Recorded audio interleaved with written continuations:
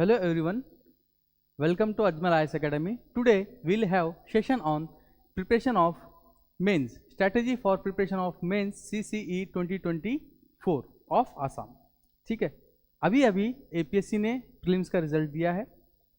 First of all congratulations to all for clearing or for qualifying for mains examination. ठीक है, it's very happy thing that you have clear this examination. ठीक है, उसके बाद but the main thing, ये तो marks count भी नहीं होते हैं, है ना. क्वालिफाई कर गए हैं, लेकिन इसमें दिक्कत की बात ये है कि ये मार्क्स जो हैं आपके काउंट नहीं होते हैं. जो काउंट होते हैं वो हैं आपके मेंस के मार्क्स. तो मेंस का प्रिपरेशन बहुत इंपॉर्टेंट है और उसके लिए आपके पास एक स्ट्रक्चर्ड स्टडी प्लान होना बहुत ज़रूरी है. तो उसी के लिए हम आज ये वीडियो बना रहे हैं जहाँ पे हम बताएंगे कि कैसे आप आगे 3 महीने तक प्रिपरेशन करेंगे. ठीक है, हाल फिलहाल में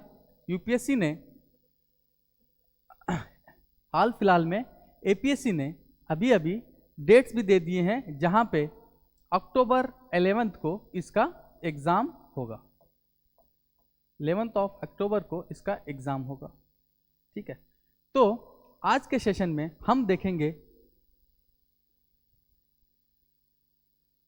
time management and study plan, answer writing का इंपॉर्टेंस, नोट्स का इंपॉर्टेंस, रिवीजन स्ट्रैटेजी और रिवीजन का इंपॉर्टेंस, शॉर्ट नोट्स का इंपॉर्टेंस और dos and don'ts for this examination.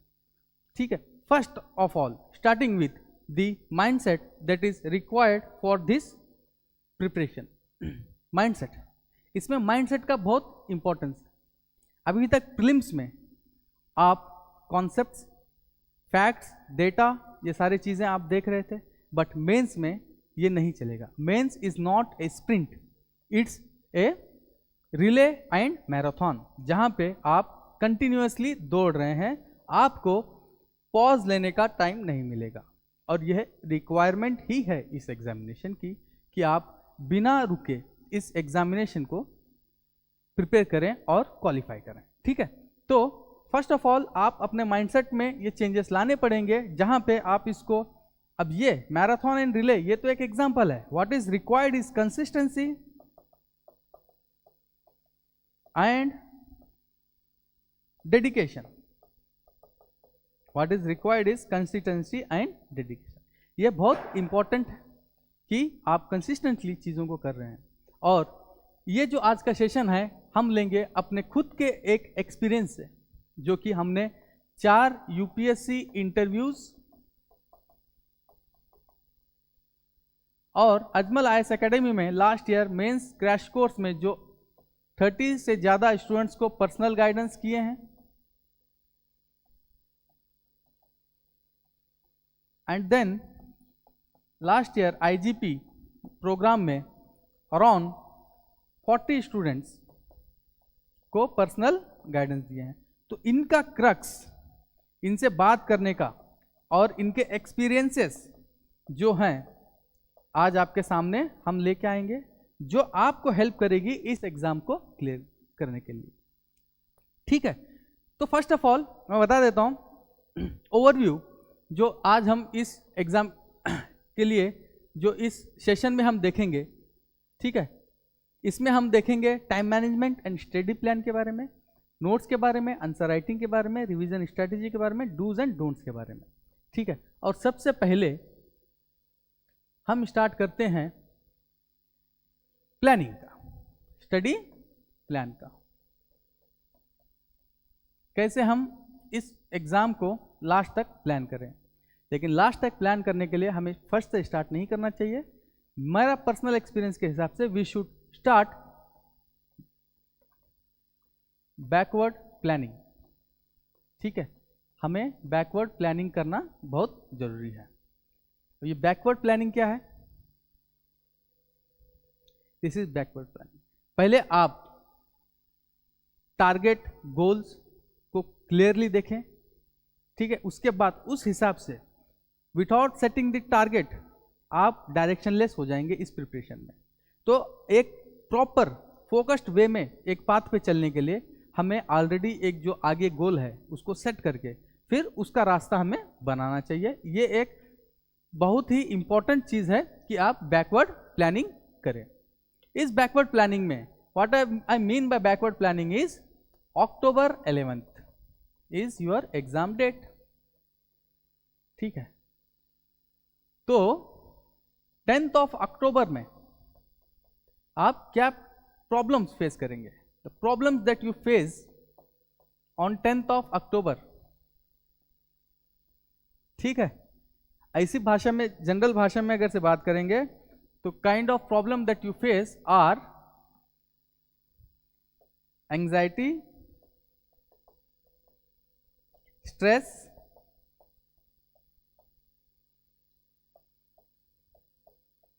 Sleepless nights. ये सबको होता है। अच्छे से अच्छे लोगों को जब प्रिपरेशन करते हैं तो ये चीज होना जाहिर सी बात है। तो इसको कैसे डील करें? इसको कैसे डील करें? For that you should be confident enough कि आप you are going to ace this examination. तो ये कॉन्फिडेंस कहां से आएगा? It is important. ये कॉन्फिडेंट कहां से बिल्ड करेंगे आप?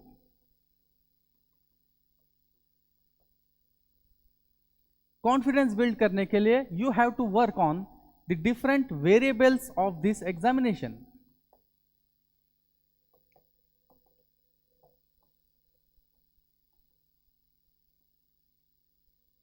What are the variables of this examination? Variables क्या होते हैं? जो चेंज होते रहेंगे सभी को। देखिए, जैसे कि फॉर एग्जांपल आपके नोट्स, आंसर राइटिंग प्रैक्टिस,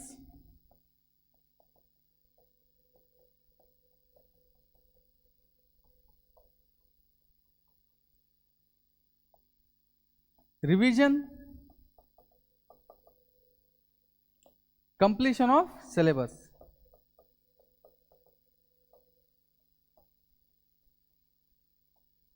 ये मेजर वेरिएबल्स हैं। ठीक है, और सबसे ज़्यादा टेंशन होता है कंप्लीशन ऑफ सिलेबस पे। और द आयरनी इज इस एग्जामिनेशन का कोई सिलेबस ही नहीं है और हमें सबसे ज़्यादा टेंशन होता है कि हमारा सिलेबस कंप्लीट नहीं है। इस एक पॉइंट की वजह से कि हमारा सिलेबस कंप्लीट नहीं है, स्टूडेंट्स हम आंसर राइटिंग नहीं करते हैं। ठीक है, हम नोट नहीं बना पाते हैं, हम रिवीजन भी नहीं कर पाते हैं। तो सिलेबस इज बिगेस्ट हर्डल और हिंड्रेंस जो इस एग्जामिनेशन के आपके रास्ते में आएगी। तो सिलेबस पहला पॉइंट। अब इसको कैसे करें? ठीक है, सिलेबस कंप्लीट करने का सबसे आसान तरीका मैं बता देता हूं, PYQs है ना।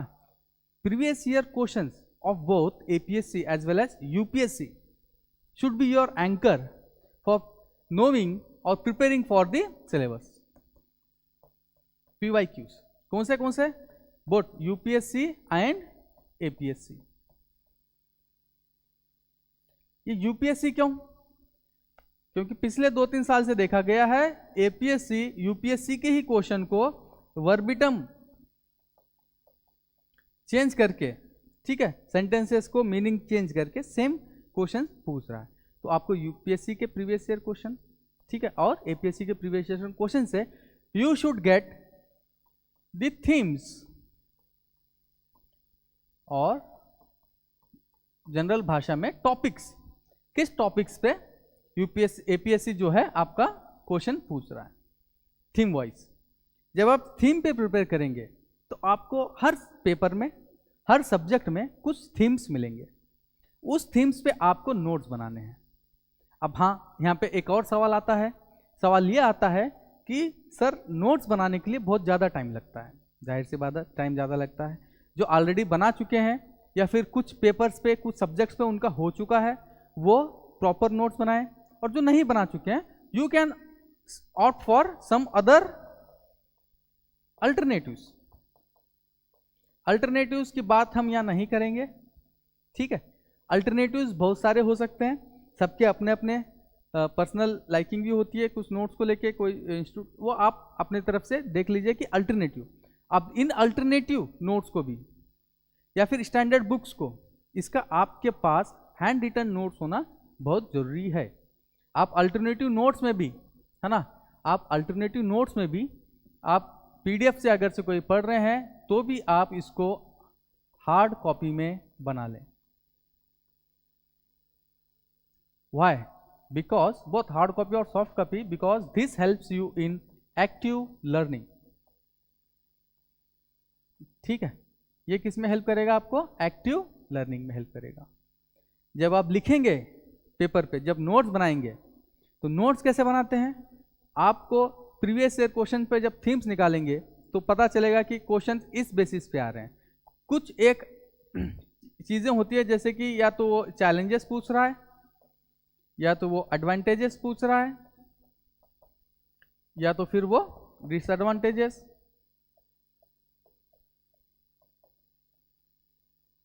और पॉजिटिव्स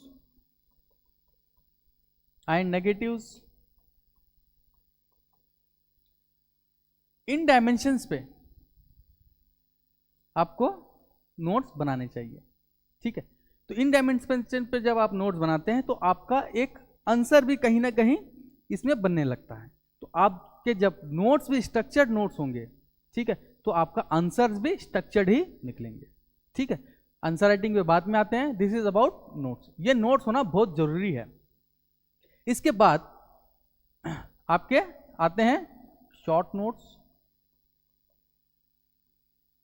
जब आपके बेसिक नोट्स, कॉम्प्रिहेंसिव नोट्स होंगे तो फिर आप सोच सकते हैं शॉर्ट नोट्स पे, और उनको आप फ्लैश नोट्स भी कहते हैं।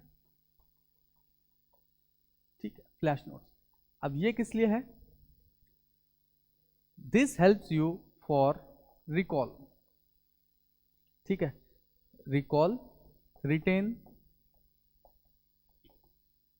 Revise and write. Write your best of the best answers।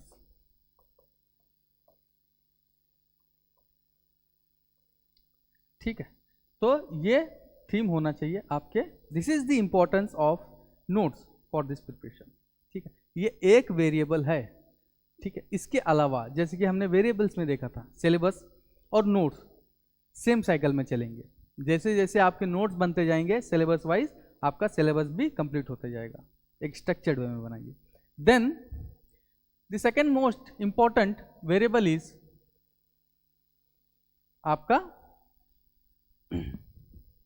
Answer writing. ठीक है, the next variable that is important is answer writing. ठीक है, आंसर राइटिंग के बारे में मिथ ये है कि जब हम पूरा प्रिपरेशन कर लेंगे, जब सिलेबस कवर करेंगे तो हम आंसर राइटिंग करेंगे, लेकिन रियलिटी अलग। रियलिटी क्या है? The only way of writing is, answer writing के बारे में कहा जाता है कि there is no way of writing, writing is only the way, है ना? ठीक है, there is no way of writing, writing is the only way। आप लिखिए, लिखना स्टार्ट करिए, लिखना आपको आ जाएगा। लिखना सीखने के बाद आप नहीं लिख सकते हैं, ये गलत स्ट्रैटेजी है। आप लिखते रहेंगे तो लिखना आ जाएगा। तो answer writing start early.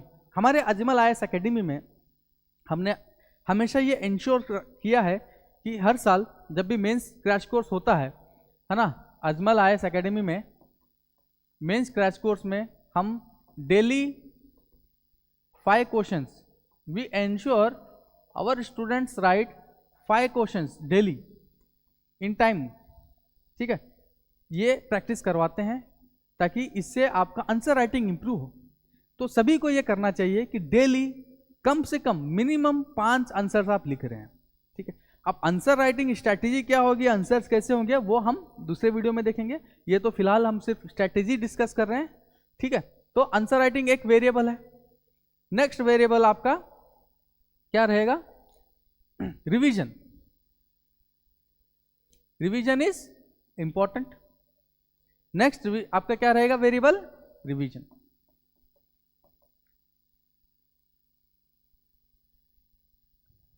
And let me tell you, this is the most ignored part. हाँ, सब सोचते हैं अरे सर पहले पढ़ तो लें, बाद में रिवाइज कर लेंगे, है ना, पहले पढ़ाई तो हो जाए, रिवाइज कर लेंगे, रिवीजन में 1-2 घंटा जा रहा है तो उसी को बचा लें और हमसे पढ़ लें। तो सबसे बड़ा एक इशू आप यहीं फेस करेंगे कि आप रिवीजन नहीं कर रहे हैं। ठीक है, आप रिवीजन नहीं कर रहे हैं, you are just collecting notes, that is overload of information. If you are not revising, it is just overload of information. There is no retention or no recall. देखो, revision strategy. Today I will tell you something about revision strategy for this civil services mains examination of APSC, है ना। इसमें एक scientifically proven चीजें हैं, जैसे कि for example we have this one Ebbinghaus, ठीक है, कर्व, क्या नाम है, Ebbinghaus। इसमें गॉस सिर्फ हम हैं, बाकी एबिन दूसरा है, ठीक है, Ebbinghaus कर्व, ठीक है। It is known as the curve of forgetting, भूलने वाला कर्व। एक जर्मन साइकोलॉजिस्ट ने यह स्टडी किया था कि कोई भी इंसान कितने देर तक कोई चीज जो पढ़ी है वो कितने देर तक रिटेन कर पाता है। And the shocking result is just after 1 hour of studying, है ना, अगर से आप सिर्फ 1 घंटा पढ़ रहे हैं तो इसमें आप देखिए यहां इस ग्राफ में, है ना, यहां पे this is the time 1 hour, 1 day, 1 week, 1 month, ठीक है। और यहाँ पे क्या है, कितना रिटेन कर पाते हैं आप, ठीक है, दिस। तो in first hour of your study, after studying in first hour you forget almost 70% of what you read. This is shocking, है ना।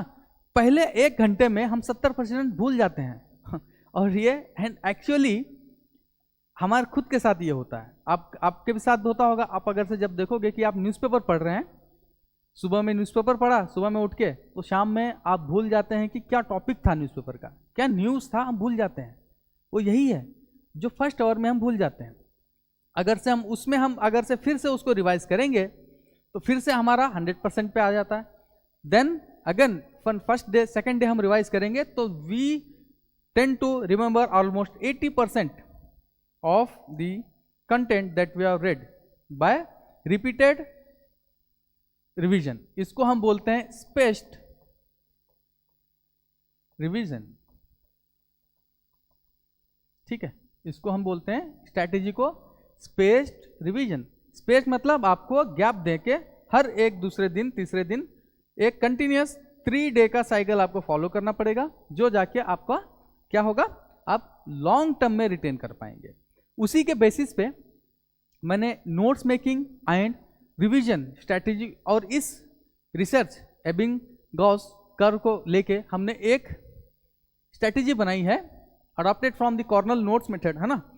यहाँ पे देखिए बड़े सिंपल वे में हम इसके फॉलो कर सकते हैं। फर्स्ट, आज आपने यहाँ पे पढ़ा,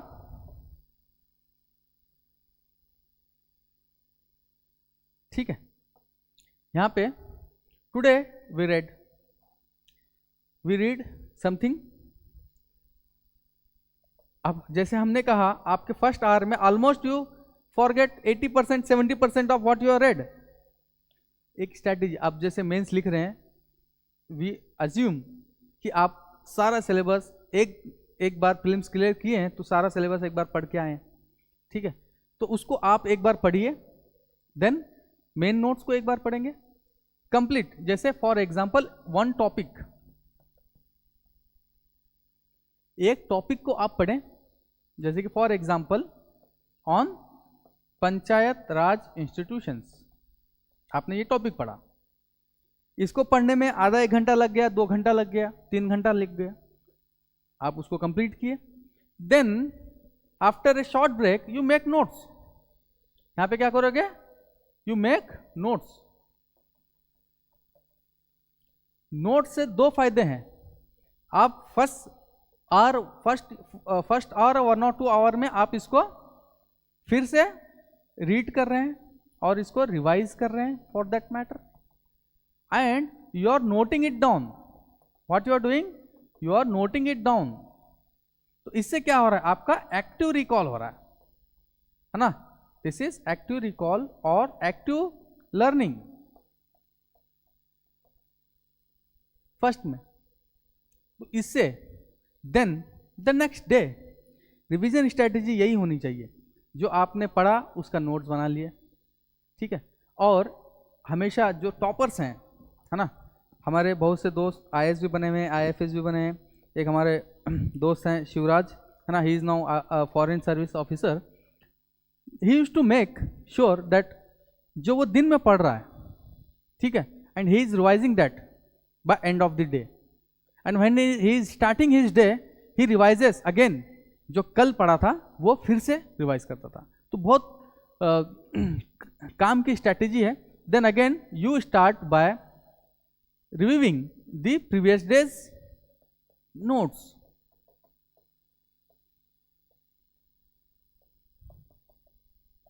ठीक है, नेक्स्ट डे भी उसको पढ़ोगे तो आप कम से कम 50-60% रिटेन कर लेंगे। देन अगेन वीकली रिवीजन, ठीक है। देन लास्ट आपका वीकली रिवीजन करेंगे तो almost you retain 70-80% of what you have learn, ठीक है। तो finally the revision strategy revolves around reading, notes making,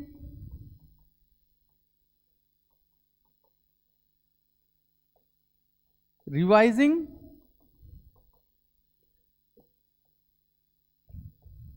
daily, weekly.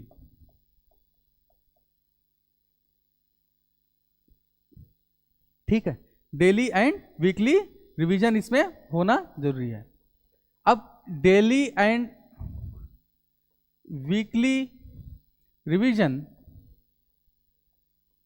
होगा तो you will retain most of the content, you will retain most of the content। इसको आप wisely you can integrate this revision strategy with answer writing, ठीक है। आपने first half of the day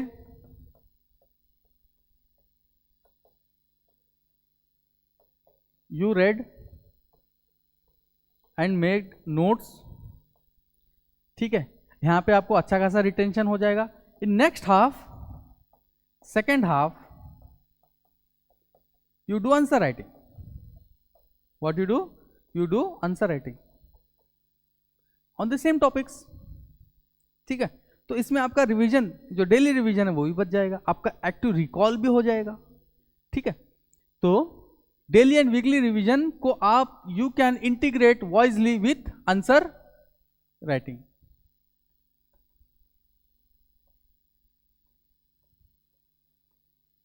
on daily basis, ठीक है, जो कि हमारे अजमल आईएएस एकेडमी में ये कराया जाता है। Our strategy here is to make students read, make notes and then write और bring that actually recall those content while writing the answers, ठीक है। तो इस वे में हम सारे वेरिएबल्स को ऑलमोस्ट सिलेबस, है ना, सिलेबस को कंट्रोल हमने कंप्लीट किया, नोट्स मेकिंग, उसके साथ साथ रिवीजन एंड आंसर राइटिंग, इन सारे को ये कहीं ना कहीं दिस आर साइकिल, है ना, ये क्या है, एक साइकिल बन जाते हैं। जैसे कि फॉर एग्जांपल आपने रीड किया, आपने नोट्स बनाया, आपने आंसर राइटिंग की, एंड अगेन रिवाइज, आपने यहां पे रिवाइज किया, ठीक है। This is kind of virtuous cycle, it keeps on repeating in a positive way अगर से नहीं करेंगे तो this virtuous cycle vicious cycle में भी कन्वर्ट हो सकती है। ठीक है, तो this are the aspects that I wanted to discuss today, and apart from this we have the other things to discuss. ठीक है, आज जैसे कि हमने देखा नोट्स का इंपॉर्टेंस वगैरह वगैरह, तो स्टडी प्लान में तो ये वेरिएबल्स को आप कर लेंगे तो जो 10 अक्टूबर है उस रात आपको अच्छे से नींद आएगी। ठीक है, नहीं तो फिर वही next year back to pavilion वही हो सकता है। ठीक है, अक्टूबर 10 जो हमने बात की थी उसमें टू बी कॉन्फिडेंट, जो आप अभी तक टू बी कॉन्फिडेंट आपने अभी तक जो हमने पिछले बताया notes making, answer writing, syllabus completion में, उसको रहने के लिए on October 10 you have to do all those. ठीक है, तो प्लान क्या रहेगा, study plan from October 1 to 10 October. This is specially आप इसको रिवीजन, आप इसका रिवीजन ही करना चाहिए। अब इस 10 दिन के रिवीजन के लिए नोट्स ज़्यादा हो जाते हैं, जो आप कॉम्प्रिहेंसिव नोट्स बना रहे हैं वो ज़्यादा हो सकते हैं, तो उसके लिए क्या करना पड़ेगा, शॉर्ट नोट्स और फ्लैश नोट्स जो हम कहते हैं। ठीक है, उसके लिए हमारे पास क्या होने चाहिए, शॉर्ट नोट्स और flash notes.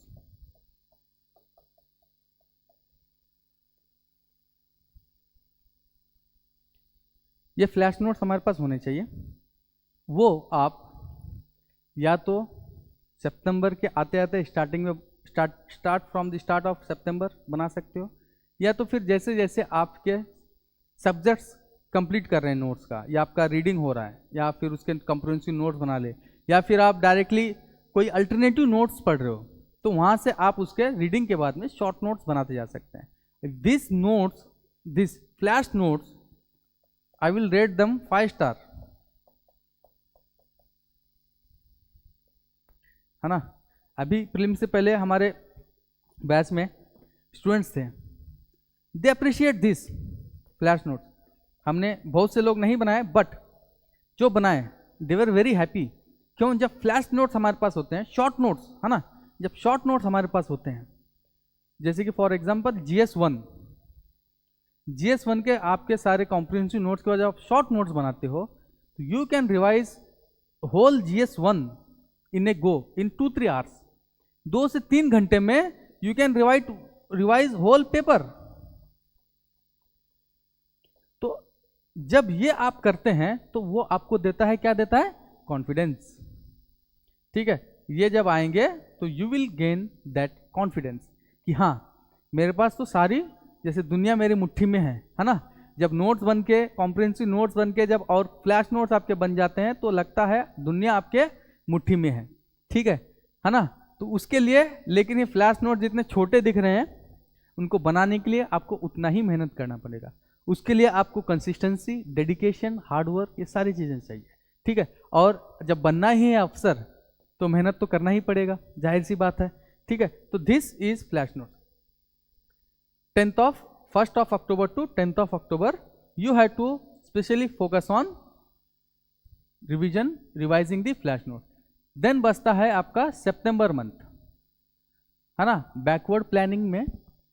then we have month of September, जहाँ पे I will keep 25th to 30th और 20 to 30th of September for writing simulation tests।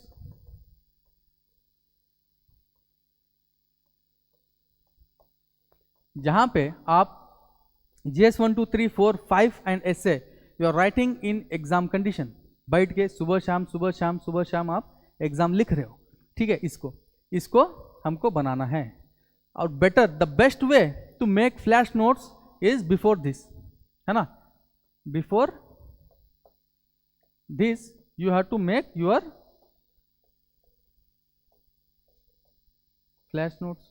अगर से इससे पहले आपने बना लिया तो समझो आपको ACS बनने से कोई नहीं रोक सकता है। डन, क्योंकि सिलेबस आपने कंप्लीट कर लिया, फ्लैश नोट्स आपके पास हो गया, आपको सिर्फ बैठना है, पढ़ना है, बैठना है, पढ़ना है, सिर्फ पढ़ते जाना है, और वो भी एक्टिवली, ठीक है, उसको बहुत कम टाइम मिलेगा। तो यहाँ पे आपको 22-30 सितंबर में आपको फुल फ्लेज्ड टेस्ट देने होंगे जो कि एग्जाम कंडीशन में है। This is requirement of this exam, ठीक है। ये जब तक नहीं करोगे आपको कॉन्फिडेंस नहीं आएगा। 10 अक्टूबर की रात में सब दाल भात खा के नींद आए, ताकि अच्छे से नींद आए, उसके लिए भागते फिरेंगे। तो उससे बचने के लिए, ठीक है, इसके पहले सारे नोट्स बना के आप उसके शॉर्ट नोट्स भी बना लेंगे तो बेटर रहेगा। अब 20 सितंबर से पहले, 20 सितंबर से 1 सितंबर एंड देन अगस्त और जुलाई के जितने दिन बचे हैं, उसमें क्या करना है? उसमें जाहिर सी बात है आपको सारे पेपर्स के सिलेबस कंप्लीट करने हैं। अब उसको आप अपने, आपका स्टेटस सभी का अलग अलग रहेगा, है ना। किसी का कोई पेपर हो चुका है, किसी का कुछ सब्जेक्ट बाकी है, तो उस हिसाब से आप 10 दिन, 8 दिन, 15 दिन, जितने भी दिन दे सकते हो एक एक पेपर को, वो टाइम देके आप उनके सिलेबस कंप्लीट कर लीजिए। बेहतर वे ये रहेगा कि आपके जो टेस्ट सीरीज आपने ज्वाइन किया है, जैसे हमने अजमल IAS एकेडमी में टेस्ट सीरीज लॉन्च की है, एक स्ट्रक्चर्ड वे में वीकली टेस्ट होते हैं और उसके बाद फुल लेंथ है, तो आप उस हिसाब से नोट्स सब्जेक्ट को रीड करके फिर उसके नोट्स बना के वीकली आप एग्जाम भी दे सकते हैं, ठीक है। उस तरह से करते जाओगे तो यहाँ तक आपको बैकवर्ड प्लानिंग में ये आपको करना पड़ेगा। बैकवर्ड प्लानिंग में यहाँ तक, यहाँ से क्या करना है, it is fixed based on our experience, overall experience, है ना। खुद भी कैसे एग्जाम दिए थे, कैसे इतने इंटरव्यूज दिए थे, फिर बाद में यहाँ पे भी जो हमने देखा उसके बेसिस पे 20 सितंबर तक मैं बता सकता हूँ। उसके बाद का क्या होगा देखिए, उसके बाद का सब यही होगा, आपको फुल लेंथ देना चाहिए, रिवीजन देना चाहिए।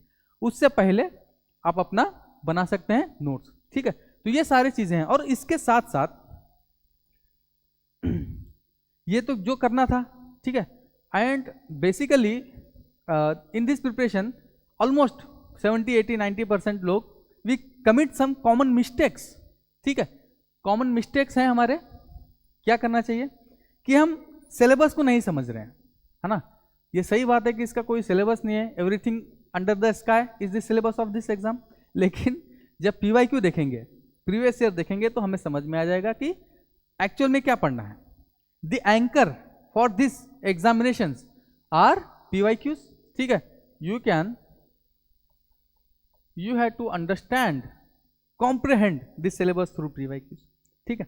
और दूसरा कॉमन मिस्टेक जो हम सारे लोग, सारे एस्पिरेंट जो करते हैं, that is lack of answer writing, है ना।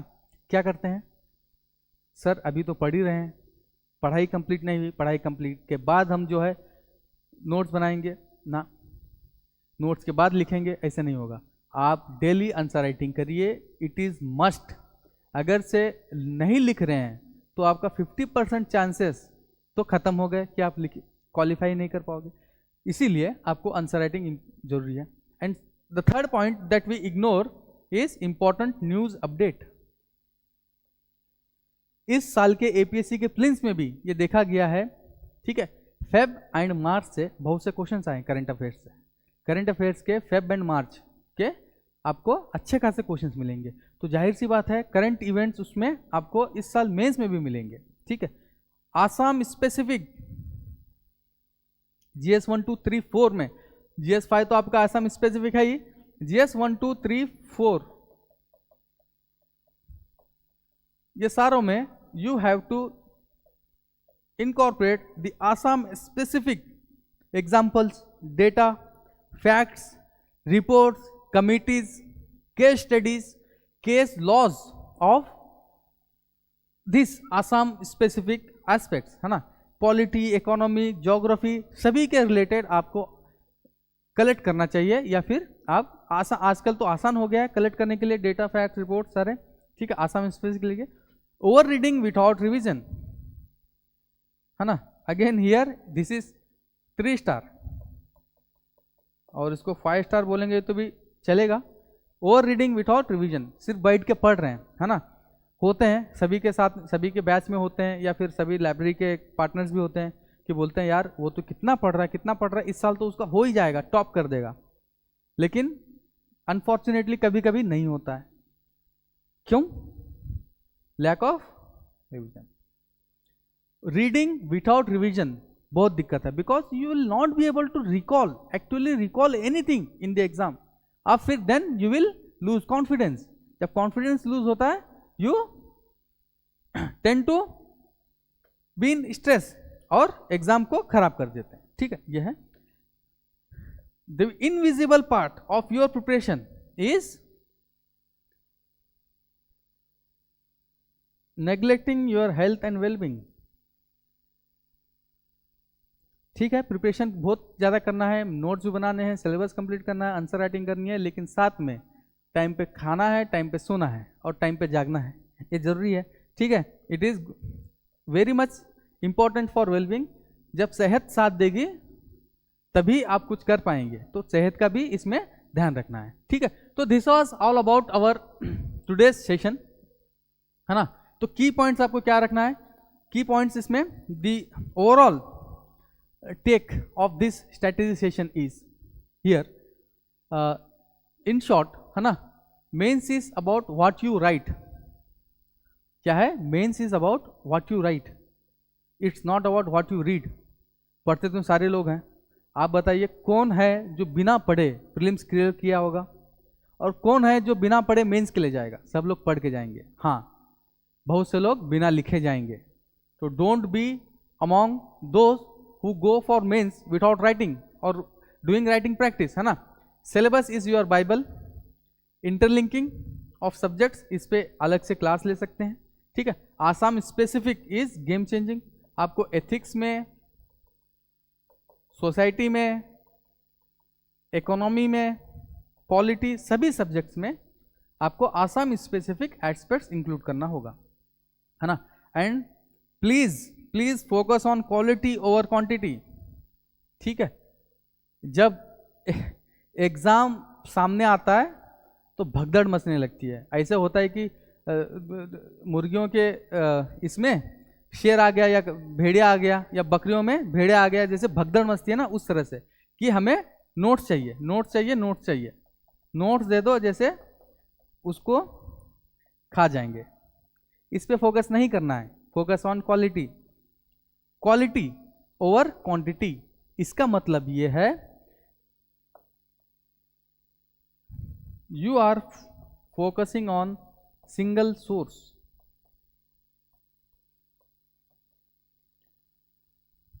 है ना।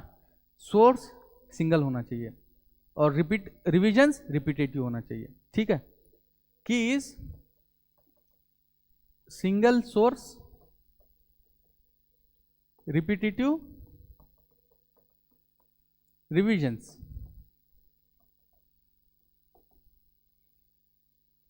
संक्षेप में, ठीक है, ये इंपॉर्टेंट है। ठीक है, नेक्स्ट, तो this are our final key points और takeaways of this session. ठीक है, थैंक यू एवरीवन। ठीक है, इस चीज को ध्यान रखिए और आप इस वे में, एक स्ट्रक्चर्ड वे में आप इस एग्जामिनेशन को प्रिपेयर कर सकते हैं। ठीक है, थैंक यू वेरी मच।